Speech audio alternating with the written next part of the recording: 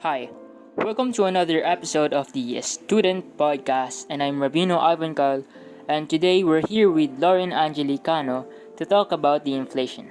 Specifically, this video by GMA Public Affairs titled, Paano sumasapat ang 537 pesos para makakain ng 3 beses sa isang araw? That was uploaded over a year ago but is still relevant to us today. So, what about you, Kano? How would you budget that money as a breadwinner of your family? If I was on their shoes, I think it would also be hard for me to budget it, since we can't raise and sustain ourselves enough with just the small wage that we are getting. But I think so, there would be certain ways to help us with poverty that we are about to explain further later. Okay, now that we know how we would budget the amount of money, are you guys familiar with the social issues in the video that Javier mentioned or at least was being highlighted by the video? Yes, the brief idea that comes to my mind is that it's about the struggles of Filipinos on budgeting the low salaries they get to buy their needs. Right. The video focuses on the way of Filipino in budgeting their income, especially those who only get the minimum wage. But here's the thing. There's this kuya that's been interviewed in the video who also have a salary of minimum wage. And he mentioned that he is a father of a family and he said that that's the reason why he needs to work hard. While watching the video, I also noticed one of the comments that says, if your income is not enough to support your daily need for yourself, then don't do things that'll be just additional burden to you, like building a family for example. So now, I'd like to know what are your takes about that comment. Cause personally, I agree with the idea that the commenter wants to emphasize in his or her comment. Right, Ivan. Adding to what you said about people that still build a big family even though it can cost them much necessities. So that means that they have to spend more just so they can survive. I think this is one of the reasons why it is hard for those Filipinos to budget their own needs. And the additional problem that they don't have enough idea on what family planning is all about. So they just do what they want without thinking if they can really sustain a child if worst case scenarios happen. I think that the budgeting of the salary of the workers will be better if they know more about planning their family first. So they will know how many children can they sustain using their own salary. Well, speaking of the planning, one of the solutions of the Filipino to budget their income is by eating and buying foods from the eatery or food stands, as they don't have the capability to eat into a restaurant and buy a pancit negra for example, and other more dishes. I found this solution helpful not only for the buyers but also for the sellers, and I can see how this process is important not only for the people but for the economy itself. Like, imagine, if there's no scarcity and all people have a great amount of money, then there will be no need for people to work anymore, and the economy will not run. Do you get what I'm saying? Though I'm not saying that it is a good thing that some people struggles to budget their money, what I'm trying to point out is that being in a lower class group in the country also plays an important role in the economy. Yeah, I also agree with that statement though. What is the world without sacrifices and hardships, right? Anyways, I just wanted to point out what I saw in the video about the two couples just selling their goods without the proper space. She stated that sometimes their money is not even enough to buy their own foods and other needs to sustain their 8 children. Now, this is where inflation comes in. The purchasing power of people will go down as the prices of the products go up, which causes people like them to struggle more on their daily lives. Not just the goods they will consume, but also to the foods that they will sell. The inflation that is occurring nowadays really have something to do with our budgeting of money. Right. Inflation is one of the factors that result in this kind of problem. But let's think about it. One of the reasons why inflation is because of the lack in raw materials. And who produces these materials? Majority is by the laborers, right?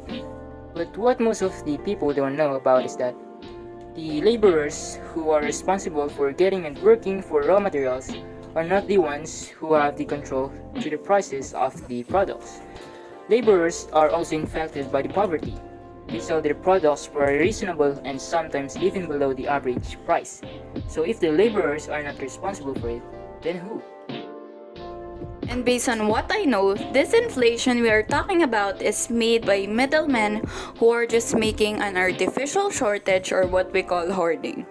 I really think that these people should be punished strictly because of what they are doing. Not having enough wages are not the only reason for this, but those middlemen who just want to be more richer so they will hoard. One of the possible reasons of poverty are not helping all people out. Instead of helping people out, there are people who will just think of a way where they are the only ones who will benefit, rather than helping the whole country to go up. So I think this country or even the whole world would be better if we just focus strictly on the laws about inflation or mainly about the economy. Exactly. The ones who have the total control when it comes to the prices of the products are the middlemen. They buy raw materials to the laborers for a below average price and they'll sell it to public for a 3 to 5 times the price. Though as you mentioned that there's a law that helps to prevent this type of incidents, we know that there are middlemen that have connections to the people who have a power and is in a position. And for this reason, poverty and inflation is a problem that is hard to have a absolute solution to it, as it's not only our country who is experiencing it, but also many other more countries, including the countries who have a good or decent economic status. That's the harsh part about politics though, but I hope so it would be a better place someday by just voting for the right person when it comes to politics. We can also connect voting for the right person when it comes to inflation and poverty. This also connects to who will lead our country since they will be the one to make laws and they will be the one to help the people who's in need. If we will vote for the wrong leader who doesn't even have a good background, it will just make our whole economy worse. Not just the economy but also the lifestyle of people who are living on that country. I think the politicians also have something to do with what's happening, since they are the people who are mainly encountering and solving the problems that is inside a country.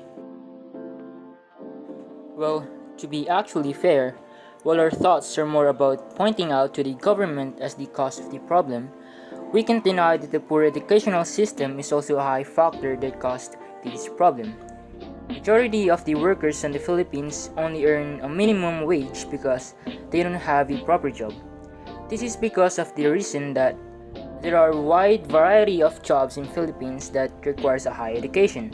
So basically, it's like a double-edged sword as having a workers that have high education will positively impact the economy, but due to high standards while having a poor educational system, there will be a high percentage of people who will not have a proper job.